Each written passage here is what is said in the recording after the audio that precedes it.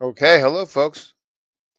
Welcome to Market Trends. I'm David Russell, Global Head of Market Strategy at TradeStation. It's great to be with everyone. As usual, let's start off with some disclosures. So hopefully you guys are watching State of the Market because on Monday we had noticed how the S&P was in an unusually tight range. We had noticed the potential for a pullback to the mid-November level around 58.50-ish. Went to pretty close to that.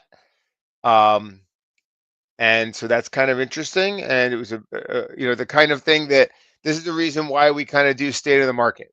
We want to really look at levels and things overall. Let me go to my standardized returns and some of the ETFs I'm going to be discussing with you guys. We really want to look at the indexes from an almost academic view. In my kind of experience, it makes sense to do that in a kind of dispassionate, intellectual way, to look at the levels and things that are out there, to look at what it's giving us, and then to kind of identify things that might be happening, and that way when they happen, we're not surprised. So the S&P pulled back pretty closely to the area that we had outlined as a potential, and that's something I'll show you briefly. These are standardized returns. Now let's look up here. If you go to tradestation.com, you click on the Insights blog. First, I just have to share this. I've said this a few times, but I have to share this thing I created. I fancy myself a humorist, and I think it's just kind of what the Russell did. We said the rug pull, Lucy in the football, so I had to create it. Anyway, on the Market Insights blog, first of all, this article right here highlights the main points we're going to be talking about today. If you want to take a look at that, now very quickly here. Um, so go to this article. Now, also this article down here, we basically identified some things involving breadth that are kind of interesting tools, and I'll quickly mention. And also this article is the one we did on Monday that we talked about on Monday also. And you'll notice in this article that we had identified on the S&P 500 this level. We had mentioned the fact that it had that kind of, didn't hold those highs, had these solid candles. MACD was falling, and then that's right down. We went almost exactly to that level. We did not go to 58.55. We're basically actually holding a level here. And we look over here on this chart on the S&P. Essentially, the S&P went down to this close back here, the close on the 15th of November. And now, so there's a few things that kind of jump out that were interesting to me. One of them is the fact that on this chart, we have our MA, above, below. It basically shows where the prices are relative to the 10-day simple moving averages as one. Oh, by the way, let me just remind you guys, if you're actually in the, in this, the All Eyes on the 10-year, this is the rundown for the webinar we're doing right now. In here, we have these downloads. In that download section, it has the easy language document, which allows you to basically import these different studies and import some of these workspaces. And that's kind of what we're looking at right here. It's called MA above below 2, or there's a few in there. I created different versions of them, but the basic thing, it's very simple. It shows the price, and how far away price is from a given moving average. So I have used this as a very simple sort of rule of thumb, and I have found that it can be kind of helpful. And we used it back here. It was also state of the market back here. I remember in August when we talked about this was something that was a level that potentially could not hold to the downside and would have an upward sort of pull, because of the fact that the S&P was really abnormally far below its 10-day simple moving average back there on August 5th. And if you look yesterday, it's not the lowest, but it's pretty abnormally low. So now this is most useful when you combine it with trend. So when you're in a downtrend, you can get below that 10-day and stay down there longer. But when you're in an uptrend, then basically, it's harder for it to hold that kind of time below. Notice how this will spend long periods below the 10-day, but then when we're trending higher, the periods are shorter. I'm trying to find a way to actually make this into some kind of usable indicator. I don't have that way yet, but I wanted to mention it's a basic idea that when things are trending higher and they're oversold relative to the 10-day, it can present an opportunity. So yesterday was pretty far oversold on that measure. So another thing that was interesting is if you look at this article, I'm not going to get into it, but we have this article outlining how to use different kinds of breadth indicators. That article came out yesterday. Basically, it was kind of a coincidence that I put it out yesterday, um, right in time to kind of show, because we had some extreme negativity on breadth. So this is the MT breadth workspace that we share with you guys. It's in the zip file I shared. But what's interesting about this is we can basically see the S&P here. Basically, the advanced decline line was falling for about 2 weeks before. Now, remember, we were saying for a while, that the cyclicals were showing signs of weakness, the financials, the industrials, the materials, the small caps, all of those, and basically, um, that played out. But now that's played out. So the thing is now, there was actually a note from Bespoke, I believe, today, that actually said that the market was, extremely oversold based on the number of stocks in the advanced decline line of these stocks. What's interesting is this shows the companies above the 20-day moving average in the S&P, and it's literally like, less than something like 40 companies in the whole S&P 500 are above their 20-day simple moving average. And if you look at historically, that is something that doesn't remain the case for long. Even in sell-offs, it doesn't really stay this low for long. This is one measure of breadth. This is another measure of breadth. We also see the number of companies hitting 52-week highs or going above the companies making 52-week lows. So all these things show that we've kind of hit, again, an extreme negativity in the context of an uptrend. The 20-day simple is above the 50-day. Now, it's possible that the S&P has peaked for a while. I mean, there's an actual argument, I think, here that we might not really go much above 6,000 again for more than a quarter. And I'm going to get to that. But I think the key thing is, within the context of where we are now, I think that, well, maybe not, I don't want to say above 6,000, but new highs might take a while from here. And I'm going to get to that. But the key thing is that within the context of the uptrend, there's a lot of things here showing that we're pretty far oversold. Now, RSI has not gone to oversold. Maybe that needs to happen. Maybe it doesn't. It's interesting how the RSI thing, we look at it and it's like, will it ever go oversold? That's another indicator that we look at here. And I think it's interesting to see that has not yet gone oversold, but it's, had a really strong pullback. So again, I think right now the fact is, in the context of an uptrend, with the fact that we're holding this level for now, these things overall kind of give a sense that this has now been expressed. We had this extremely tight sort of range up here, as we talked about, but now we're at a spot with this level on the daily chart. It's the mid-November low. It was also the pullback, and also if you look, it's pretty close to this high back here before the election in October. So all these things together here might give people more of a sense that this is an area that has that potential, at least for something of a bounce or some kind of support. There is an argument the market's going to go lower in the next few months, and I'm going to get to that. I'm not making the argument. I try not to make arguments. I simply try to understand arguments or things that might happen, and then when they get confirmed, then we might want to be able to follow them.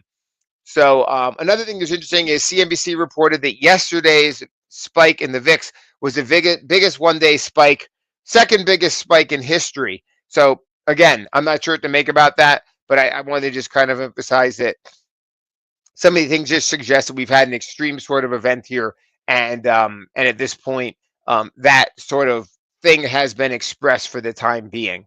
Now, we also have this thing here called the volatility cycle.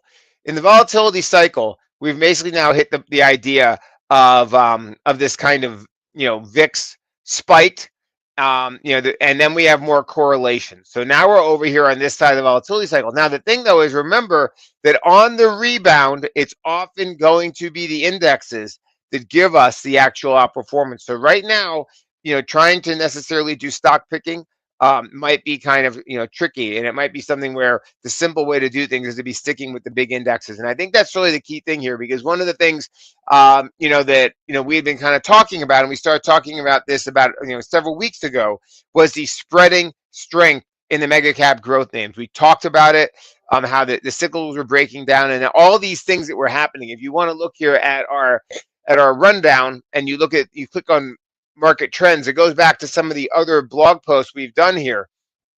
And what's interesting is we talked about how basically, there's new AI boom that was happening.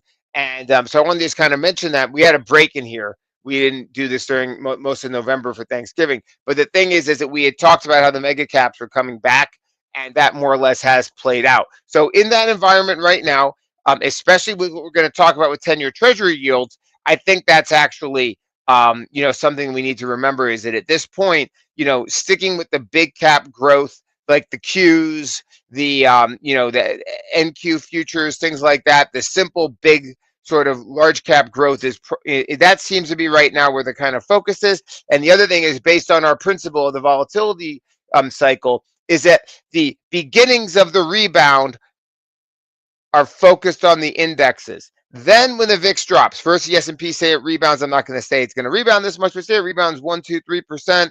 The first bounces will be the index going up large amounts, and then the index stops moving as much, and then the individual stocks are areas where it can make more sense to focus. So I want to just mention that we're at that spot now where the pendulum has swung back toward indexes, correlated movement, and I just wanted to emphasize that because that's what we use this cycle for, to kind of say, should I focus on this or should I focus on that?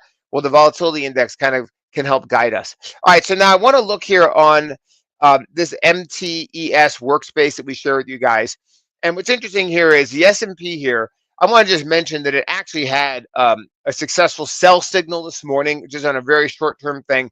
Now, remember, when this thing shows 2 of the 3 indicators pointing in the same direction, it's a potential signal. So one of the indicators is the 50-hour moving average and its rate of change, which is shown by this red line here and the red histogram. So basically, it was falling. That was bearish. But then stochastics went overbought, and that is bearish. So right here this morning, if you actually look, we basically had a signal. It went overbought at the same time the 50-hour moving average was falling. 2 of the 3 were lined up, and it basically dropped from somewhere around 6,000 on the S&P down toward about 40 points down. Not huge, but it was a signal. I just want to remind people that this is one of the other workspaces we include. The other signal is MACD. So MACD is rising. That's considered bullish. 50-hour moving average is rising. That's considered bullish. Then stochastic is oversold. That's considered bullish. And then you do all those things the other way around if you want your bearish signals. So basically that was one this morning because the 50-hour was falling and stochastic was overbought. So it did give a signal this morning. Don't forget, this is included in the zip file that we share with you guys. Another thing I want to very quickly show you, I just added over here on the Qs here, but I was watching this morning. Let's look at this really short, kind of like 5-minute chart even on the Qs. There's this kind of trend line. It came down, and we broke above and kind of held here.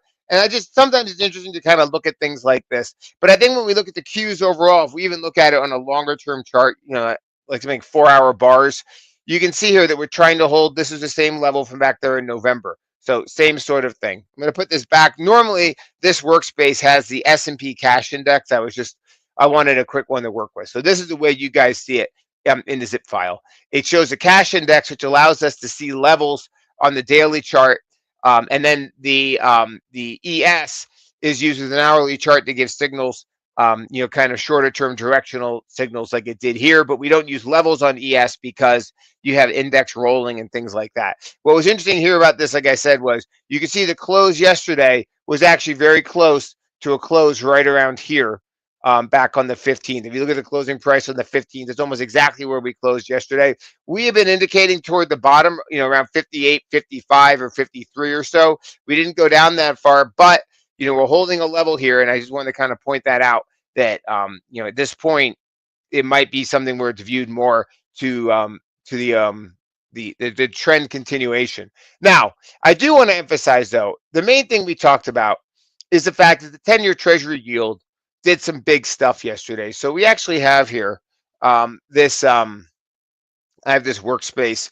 And now the 10-year here, we've talked about this a lot. I'm going to go to the weekly chart on this. We did a trading view idea on this today.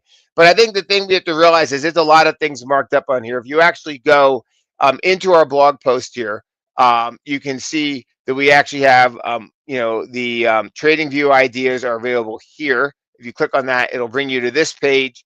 And then we basically did this thing, focus shifts to the green year and the greenback and the 10-year Treasury. So if you look at the 10-year Treasury here, to me, this is, some important sort of signals. And we've talked about this. We said that we thought the biggest risk was essentially that this was going to have space to the upside. because it rallied up to the top of this channel. Look, it didn't even go down the channel. It comes down and then it holds above the bottom of the channel.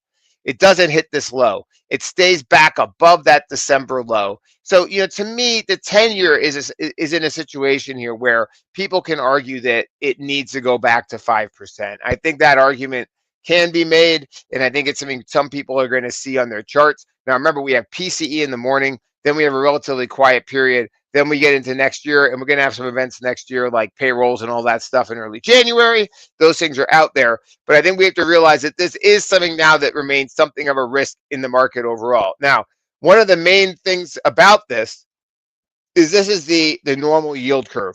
If you look historically, this basically shows the difference between the 2-year Treasury yield and the 10-year Treasury yield. And if you look historically, the 10-year is, more than a full 100 basis points above. So when you consider the fact that right now, we are not necessarily, there's barely any difference between the 10-year and the 2-year. That could argue in terms of the 10-year moving higher simply based on the history. The other thing is the Fed yesterday raised their estimate for PCE inflation.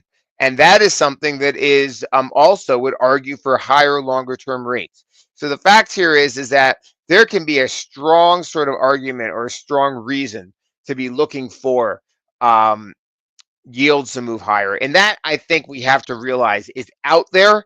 It might be a wall of worry we have to climb. Who knows exactly how it plays out? But this is something that, I think when we look at it, this is now a potentially really significant risk to the market. So I want to just remind people that this trend, if you look at this on a kind of longer term, let me just take this off. But I mean, basically, if you look at this even with like a monthly chart or something, I mean, it's hard to see all that, but you can see that we've had this long downtrend that's broken here. And, there's an argument that this is going to move higher. Now, the other one that's important is the dollar index. And, at this point, the dollar index here basically also has this, it's ripped through this level here. And, people might see there's some space back up here. Now, the European situation's, a real kind of, problem with their economy right now. So this is another thing that, could have dollar moving higher. And those things are also consistent with the S&P not performing very well. So the upside risk in yields, the upside risk in the dollar, the hawkish Fed, these are all things out there that maybe argue that the market is going to go lower over the next few months. However, at the same time, where we are now, the oversold bounce and everything else, the oversold condition and the potential for something of a bounce based on that, those are things I want to put out there in front of us. We're entering now a kind of quieter period of the year. Tomorrow's PCE, but there's really nothing really all that strong that really is playing out right now. So one way or another, these are what I see, but I think it's important to realize that these intermarket signals from the dollar and the 10-year Treasury yield do create more of an environment now that is a risk. Now, when you look back at where we were in the summer of 2022, I'm sorry, where was this? I'm sorry, I'm going to look at if you look at the TNX, this is a different chart, but quickly, if you look back to the summer of 23, I'm sorry, you can basically see as this pushed higher into October, that was something that dragged on the S&P. The market bottomed, the S&P bottomed pretty much right there when it peaked. So people might need to really see some kind of move back up here before they really get comfortable with the market overall. It doesn't mean, though, that we have to go lower right away. So I want to just show that those are the things I'm kind of watching. Now, there were some interesting news articles popping up today. One of them was in Apple. Let's look over here. Apple has an AI deal with ByteDance, or maybe they're working on a deal with ByteDance and Tencent. I believe that was a Reuters article. It's gotten some attention today, and it kind of keeps the focus on the fact that, Apple is not really an AI story yet. I mean, it's only becoming an AI story, and it's one of these things where Apple now is in a period of a kind of breakout on this weekly chart. So I think this is Apple barely pulled back yesterday, and I think that's something we got to keep in mind. Now, Micron, on the other hand, got hammered pretty well, and I think this also kind of reminds us now that semiconductors are just kind of a broken part of the market when we look at them overall. Micron on the weekly here. If you look at the stocks, I think we can kind of see here that this is just kind of a, if you look on the longer term here with the semiconductor index, there's really nothing here that, sorry, if you look at this, I mean, this might be something we look back in 2 years and say, well, that was the high on chips. Or it might be something we look back in 2 years and say, this was a high basing pattern. One way or another, at this point, it doesn't give a whole lot of anything in terms of, from my view, any kind of signals or opportunity. What's interesting is to see is the other areas that have been breaking out. We've been talking about those things like Apple breaking out. Now, another one that recently broke out, we were talking about it, and now people might come back to it, is Alphabet. Alphabet here had this, very interesting sort of, you know, earnings beat, then the regulatory risk fade, rips the new all-time high, pulls back, and here it is holding this level from back here. Now, I want to mention, what else is it doing? Yesterday, it hit the 8-day exponential moving average. So remember, if you go down here to our MA tools, this would have lit up. Let's see. I mean, today it's not touching it, but you can see that 8-day EMA will light up on some of these things. Like on here it is. It's lighting up on Amazon today. Yesterday it would have been lighting up on Alphabet. So remember, let me actually hide myself on my actual screen here. Sorry. And you can see, but basically this indicator, is something that I wanted to remind you guys. We provide this in the space, and it's also something that will, you load the S&P in there, you load some of the big stocks in there, and when pullbacks come, this thing will light up, and it will tell you when they occur. So I wanted to just kind of mention that this thing was working yesterday, and it found some opportunities. Now let's look, for example, at Meta. You can see right now Meta has that 21-day EMA lit up, and what is it? It's sitting at that 21-day, which is the gold line here. Meta also, look at it holding this old high from back there in the beginning of October. So again, this might be something where people are kind of looking, and it's like, forget about Nvidia. You got Meta, you got Alphabet, you've got this insane rocket ship called Tesla. I mean, honestly, this is nuts. And I think people have to kind of, I'm not sure exactly what even to make of this. It's been a very strong momentum. It's also hitting the 8-day exponential moving average though. And so this is also one that would be popping up based on this indicator that we, include for you guys in the workspace. So these are the sort of things where the momentum is strong. Things like semiconductors, which led most of the year, are not. If we look over here on our key ETFs and we actually look on the industry level year to date, look, chips are still leading. But look, FDN, now this is not a common ETF. I use it purely for indexing purposes, but it's basically Google, Meta, Amazon. It's the internet. It's internet stocks, basically, big e-commerce, So this is interesting to see that now FDN is catching up to SMH. Now, I do this because within tech, within growth, there are different sort of things. There's semiconductors, there's software, there's other things. There's Apple, which is kind of its own thing. Companies like Apple and Cisco. Some of these other companies, they're not chips, they're like these kind of hardware. So it's anyway, there's these different kind of categories inside of tech, and it's showing us that inside of growth, inside of tech, if you look here in the last, like, for example, let's actually look on a year to date here, you can really see this is how we want to use this. This is how, I created this workspace for. If you look, you can see in the last month, FDN is up 5%, chips are down 1%. You can see in the last 2 weeks, chips are down 3%. This thing is only down 1.7%. So this is kind of showing here that this is showing how that leadership is shifting. Look in the last 3 months. The 63-day basically shows that FDN and IGV, which is software, internet and software, is up in the last 3 months a lot. It's up like 18% and 15%, while chips are only up 1%. So on the year to date, though, chips are leading. What does this tell you? It tells you the intermediate term strength has shifted to e-commerce and to software. That's what we like to use this radar screen for. That's the whole purpose of it. All right. So Tesla, Google, Meta. Another name that's pulling back, and honestly, we have been very wary of financials. But I also think it's interesting just to recognize here that Wells Fargo is now at a spot where it's, trying to hold the 50-day moving average. I'm not sure. I'm sure it's lighting up some people's monitors today. If we look over here on our MA tools, And we look at a name like Wells Fargo, it's probably here somewhere. Um, but you can even just, I mean, I can just go and throw it in at the bottom here. Look at this, WFC. You're going to see here that it's hitting that 50-day rising 50-day moving average, right? That's what we're seeing right there. So this thing can also find longer term things. Like these are all the stocks say in the S&P hitting their rising 50-day moving average. You can just go right down the list and you can see them. You can see them over here on the right as I click on them. Baker Hughes and Amphenol, which makes like cables and stuff.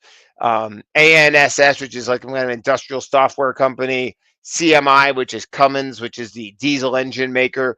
So this is what this workspace will give you. Now remember, just the way to do it is if you import the tools and then you load the workspace, when you get it, it will be empty. So you go to data, add symbol is S&P 500, boom, there it goes. And then you can sort on MA test. It'll take a couple of seconds to load.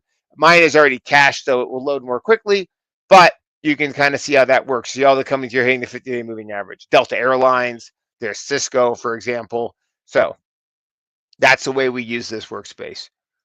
Now, another name that popped up, and I'm not really sure what to make of this, but IBM has been in an interesting spot here. Now, what's interesting on this chart is these candles, they look scary, but it's kind of like, these are the ones that sometimes they look terrifying, and then it passes. This is kind of a kicker. I mean, technically a kicker. So you have this huge, ugly drop. Feels terrible. And then it never goes back. So this is like an abandoned, I mean, it's not an abandoned baby because an abandoned baby is a completed candlestick, but it's the same idea, which is you have a big, ugly day and it drops and then it never goes back down there. A kicker is technically it has to open above the candlestick. Nonetheless, I think the basic idea is this was one that slammed down and now it came back up. It was at the bottom of the Keltner channel. Remember, we have Keltner pullback that also it's over here as well on our on this workspace. It shows us stocks that are near the bottom of their Keltner channel. So if it basically shows on here something like a 0, wait, I think we want it to show minus 100. Sorry, I forget how to use my own tool.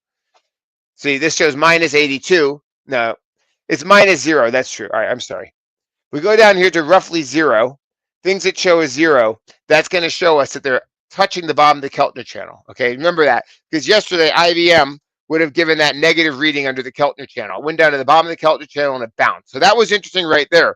But also, if we do here, we go to drawing, we go to Fibonacci price retracement lines, and we go from this close here to the high, we're basically holding a 50% retracement of that move. So, IBM has been kind of a surprise runner here, and it's holding, had this really sharp rebound, and now it's kind of holding 50% of that. This is a name that I think might still be in the kind of stages of people getting back into it after many years of it being just kind of, neglected and dead. If you look here, here was the all-time high at 206 from back in 2013. So we're talking about a long-term breakout. That high was let's call it 206, right? Well, there it is right here. Look at this level. 206 would be right there. That was the weekly. This is the daily. So we held that breakout from 11 years ago. That was right here. Then we come ripping off of it and we hold the 50% retracement and we have the bottom of the Keltner channel, and we have this bearish candle getting rejected. All those things together, I wanted to just kind of mention here on IBM. Now, going from a big major company like IBM to some other companies that are more kind of a little bit not as well known, but they've been running recently, are the quantum computing companies. I wanted to just mention RGTI. These companies have also had very dramatic runs. RGTI and QBTS. These are some momentum names that might still be things people are following. They've had really dramatic runs. But this quantum computing something, we were down at the Crossroads Summit, we actually talked to a gentleman about quantum computing. That interview I did with him should be up soon. You might want to look for that. But it was pretty interesting. I'll share it next time we do this webinar. But the thing is that these quantum computing names have been active. It's definitely getting some attention here. And these were two names, QBTS and RGTI, were kind of grabbing some attention. Now, let me see if there's any other things I want to mention. I mentioned the VIX, the Apple thing. Those are the main things I wanted to do. Let me just make sure I'm not missing anything else in my rundown here. I did mention the thing about the 10-year. I think we have to realize the 10-year and the dollar index, those are kind of the big things to look at. Let's see here. We mentioned this support. This level might have been a little too low. The Dow is down for 10 straight sessions. Is like we had said, financials, healthcare. Healthcare remains an area of the market that has people seeing a lot of risk.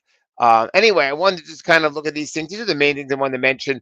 What's interesting about Jerome Powell was, all right, so let me just mention here very quickly the 10-year Treasury yield. I talked about it technically, but I think going forward, there's going to be things with Treasury auctions. There's going to be news about deficits. There could be a certain thing where people start to worry about the deficit. So, I think we just got to realize these are things that might become an issue. I think in the new year, it's reasonable to say that policy, what Trump does and what the Republicans, because the Republicans are going to have like very small majority in the House. So, I mean, you're looking at something where we could see, problems with shutdowns and all that kind of stuff. So there's a lot of kind of political, things that could kind of jump in next year. You never want to basically overly emphasize though, but just to realize that those could kind of come flying out of left field, especially in a period of time when there's not going to be a lot of economic news. And not going to be a lot of earnings. The first part of January is going to be relatively dead, and the political stuff could be very much the dominant subject. We mentioned here these Brett tools, if you want to check those out. Remember, we have PCE tomorrow morning, and then hope you guys have a Merry Christmas, Happy New Year. We'll be back the first Monday of 2025. If you want to check out our state of the market then, hope everyone has, actually, is it this? Yeah, well, I don't think it's Monday the 16th. I think I put the wrong date in there because Monday, I'm going to be coming back for this Monday here.